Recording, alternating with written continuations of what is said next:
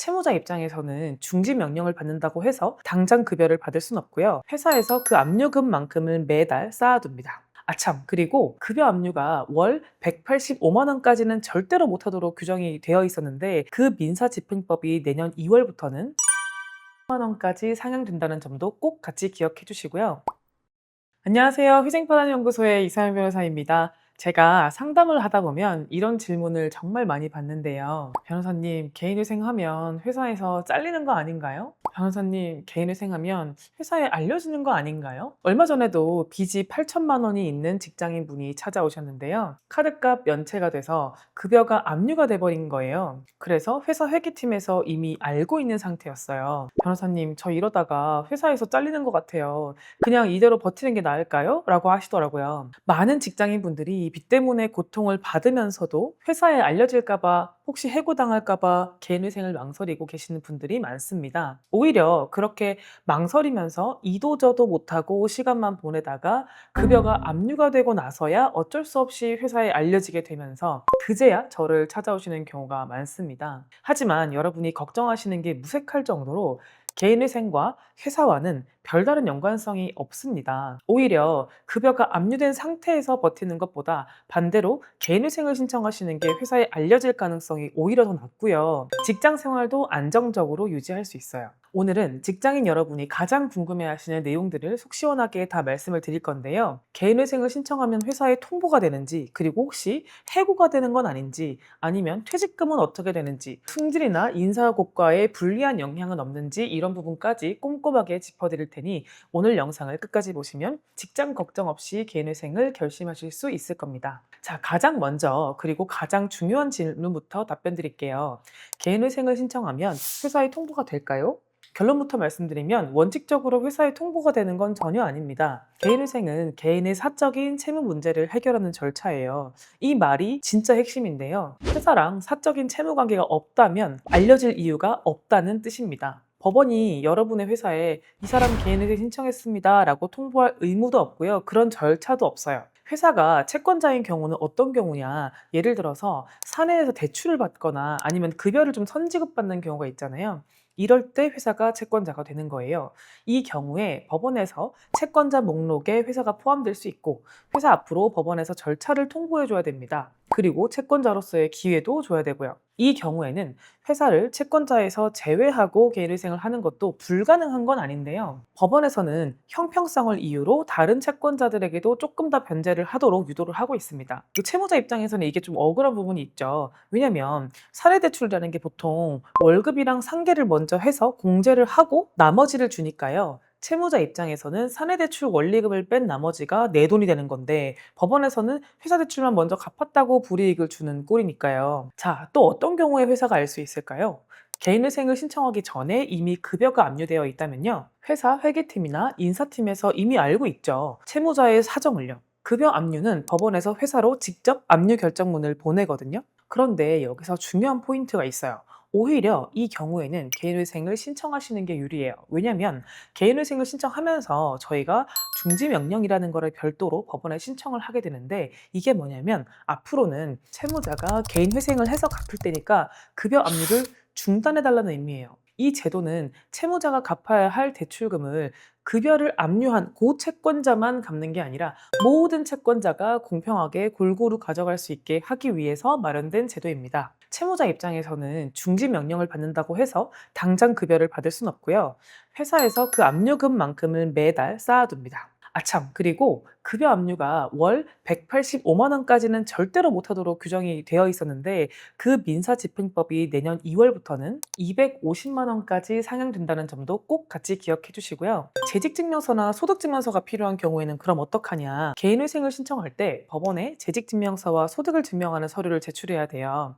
보통은 원천징수 영수증이나 급여 명세서를 제출하는데요. 만약에 이런 서류가 없어서 회사에 증명서를 요청해야 된다면 회사 담당자가 이게 왜 필요한 거예요? 라고 물어볼 수도 있겠죠. 하지만 이 경우에도 당연히 꼭 개인회생이라고 말씀하실 필요는 없어요. 오히려 개인적인 금융 업무 때문에 필요하다라고만 말씀하시면 되고요. 굳이 법원 제출용이다라는 걸 밝히지 않으셔도 됩니다. 두 번째로 중요한 질문, 개인회생을 신청하거나 진행 중이라는 사실이 해고 사유가 될까요? 결론부터 말씀드리면 절대 아닙니다. 법적인 근거를 먼저 말씀을 드릴게요. 근로기준법 제23조를 보면요. 사용자는 정당한 이유 없이 근로자를 해고하지 못하도록 되어 있어요. 그리고 개인회생을 신청했다는 것은 정당한 해고 사유에 해당하지 않습니다. 개인회생은 채무자의 경제적 회생을 돕기 위해 마련된 제도잖아요. 이걸 이유로 해고한다는 건 오히려 부당해고가 되는 거죠. 만약 회사가 개인회생을 이유로 해고한다면 여러분은 노동위원회에 부당해고 구제 신청을 할 수 있어요. 실제로 법원 판례를 보면요.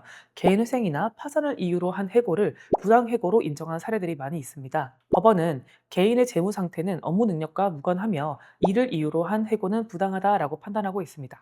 다만 이런 경우는 주의하셔야 돼요. 개인회생 자체는 해고 사유가 당연히 아니지만 다른 이유가 결합되면 문제가 될 수 있어요. 예를 들면 업무에 지장을 주는 경우에요. 법원 출석 때문에 무단결근을 한다거나 아니면 이런 개인회생 문제 때문에 업무에 도저히 집중을 하지 못해서 실적이 현저히 떨어진다면 이건 다른 문제가 되는 거겠죠. 두 번째, 이런 경제적인 궁핍함을 이유로 회사 재산과 문제가 되는 경우에요. 횡령이나 배임 이런 경우겠죠. 빚을 갚기 위해서 회사 돈을 임의로 사용을 했다가 회사 재산을 횡령한 경우에는 당연히 개인회생과는 별개로 회고 사유가 될 수 있겠죠. 하지만 이런 경우가 아니라면요.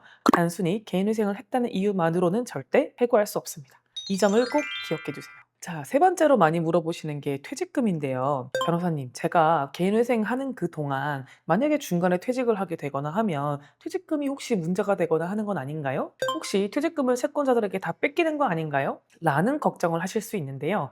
이 부분은 조금 나눠서 제가 설명을 드릴게요. 첫 번째는 개인회생을 하기 전에 이미 퇴직을 하고 이직을 한 경우가 있을 수 있겠죠. 개인회생을 신청하기 전에 이미 퇴직을 해서 퇴직금을 받으셨거나 또는 받을 예정이라면요. 이 퇴직금은 여러분의 재산이 될 수 있습니다. 따라서 개인회생 신청을 할 때 재산 목록으로 포함을 시켜야 되고요. 청산 가치에 영향을 줄 수 있어요. 쉽게 말하면 퇴직금이 크면 변제금이 올라갈 수도 있다는 거죠. 두 번째는 어떤 경우일까요? 개인회생 진행 중에 계속 회사를 다니고 있는 경우입니다. 이런 경우에는 퇴직금의 반은 재산으로 간주가 되는데 퇴직연금으로 가입하신 분들이 있어요. 이런 분들은 재산으로 반영이 되지 않습니다. 즉 쌓인 퇴직연금이 얼마건 간에 몇 천만 원이건 간에 재산으로 보지 않습니다.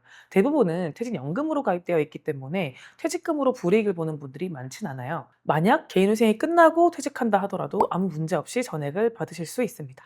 자, 마지막으로 승진이나 인사고과에 어떤 영향이 없냐라는 것들을 많이 걱정하시는데요. 이것도 결론부터 말씀드리면 법적으로 전혀 문제가 없습니다. 제가 누누이 말씀드리는 게 개인회생은 여러분의 업무 능력이나 성과와는 기본적으로 관련이 없는 개인적인 재무 문제겠죠. 회사에서 이걸 이유로 승진해서 탈락시키거나 인사고과에서 불이익을 준다면 이것도 부당한 차별이 될 수 있습니다. 하지만 현실적으로 만약 회사가 개인회생 사실을 알게 되었다면 암묵적으로 불이익을 받을 가능성을 완전히 배제할 수는 없잖아요. 사람 간의 관계니까요. 특히 금융권이나 회계, 격리 업무를 하시는 분들은 더 그럴 수 있겠죠. 그래서 제가 상담할 때 항상 드리는 조언이 있어요. 가능하면 회사에 알려지지 않도록 조용히 진행하시는 게 좋고요. 만약 알려지더라도 경제적으로 어려움이 있어서 법적인 절차를 통해 정리하고 있다라는 정도로 좀 두루뭉술하게 설명을 하시고 반대로 오히려 업무에는 더욱 충실히 임하시는 모습을 보여주시는 게 굉장히 중요합니다. 실제로 저희 사무실에서 진행하셨던 분들 중에서 개인회생을 하면서도 급여가 잘 오르고 승진하신 분들 그리고 좋은 기회가 제공된 분들도 굉장히 많아요. 오히려 반대로 빚 걱정에서 벗어나니까 업무에 더 집중할 수 있었다라는 평가가 많았습니다. 마지막으로 직장인분들이 개인회생을 하실 때 꼭 알아두시면 좋은 꿀팁 5가지를 말씀드릴게요. 첫째, 급여 압류되기 전에 신청하세요. 급여 압류가 되면 회사가 알게 되는 건 물론이고 개인회생을 하는 그 중에도 급여 압류가 회생에 굉장히 영향을 많이 미치기 때문에요. 미리 개인회생을 신청하시는 게 회사에 알려지지 않는 오히려 가장 확실한 방법입니다. 두 번째 꿀팁은 소득증명은 원청진수 영수증으로 하시면 되는데요. 개인회생 신청을 할 때 소득을 증명해야 되니까요. 가능하면 원천징수 영수증이나 급여명세서를 준비하세요. 분명한 서류들이 있으면 보정 가능성이 낮아지고 사건 진행이 조금 더 수월합니다. 세 번째 꿀팁은요. 개인회생 진행과 법원 출석을 위해서 연차를 좀 남겨두세요. 개인회생 절차 중에서 법원에 출석해야 하는 날이 최소 한 번은 있거든요. 그리고 개인회생 서류 준비 때문에 직접 서류를 발급하러 가야 되는 경우들이 있을 수 있어요. 보통 평일 낮에 준비하게 되니까 이때는 연차나 반차를 활용하셔야 되거든요. 네 번째 꿀팁은 업무에 더욱 충실하셔야 돼요. 개인회생을 진행하시면서 마음이 좀 불안할 수 있는데요. 이럴 때일수록 업무에 더욱 충실하시는 게 중요해요. 만약 회사가 알게 되더라도 이 사람은 그래도 업무도 잘하고 책임감도 있으니까 개인적으로 이런 어려움과는 무관하게 회사 생활을 할 수 있구나라는 부분에 대해서 이해받을 수 있거든요. 네, 오늘은 직장인분들이 가장 걱정하시는 개인회생과 직장 생활에 대해서 알아보았습니다. 핵심을 정리하면요. 첫째, 개인회생은 통보되지 않는다. 둘째, 개인회생은 해고 사유가 아니다. 셋째, 퇴직금은 상황에 따라 다르지만 대부분 문제 삼지 않는다. 넷째, 승진이나 인사고과에 아무런 문제가 없다. 하지만 현실적으로는 조심하시는 게 좋다. 이 정도로 정리할 수 있을 것 같네요. 회생파산 전문 변호사로서 여러분들께 꼭 드리고 싶은 말씀이 있는데요. 많은 직장인분들이 회사에 알려질까봐 개인회생을 망설이다가 상황을 더 악화시키는 경우를 정말 많이 봤거든요. 급여가 압류되고 나서 회사에 알려지고 나서 결국 시선에 못 이겨서 스스로 퇴사하시는 분들도 계십니다. 하지만 오늘 제가 말씀드린 것처럼 개인회생은 여러분의 직장을 지키면서도 충분히 진행할 수 있는 제도니까요. 오히려 빨리 결단을 내리시는 게 직장도 지키고 경제적으로도 회생할 수 있는 길입니다. 혼자 모든 짐을 지고 고민하지 마시고요. 전문가와 상담하시면서 현명한 결정을 내리시길 바라겠습니다. 혹시 오늘 내용 외에도 개인회생이나 직장생활과 관련해서 궁금하신 점이 있으시다면 언제든 저희 회생파산연구소에 문을 두드려주세요. 여러분의 성공적인 재기와 안정적인 직장생활을 진심으로 응원하겠습니다. 오늘 영상이 도움이 되셨다면 구독과 좋아요, 알림 설정 부탁드립니다. 그리고 이 영상을 주변에 빚 때문에 고민하시는 직장인분들과 꼭 공유해주세요. 이런 정보를 아는 것만으로도 큰 도움이 될 수 있으니까요. 감사합니다. 이서연 변호사였습니다.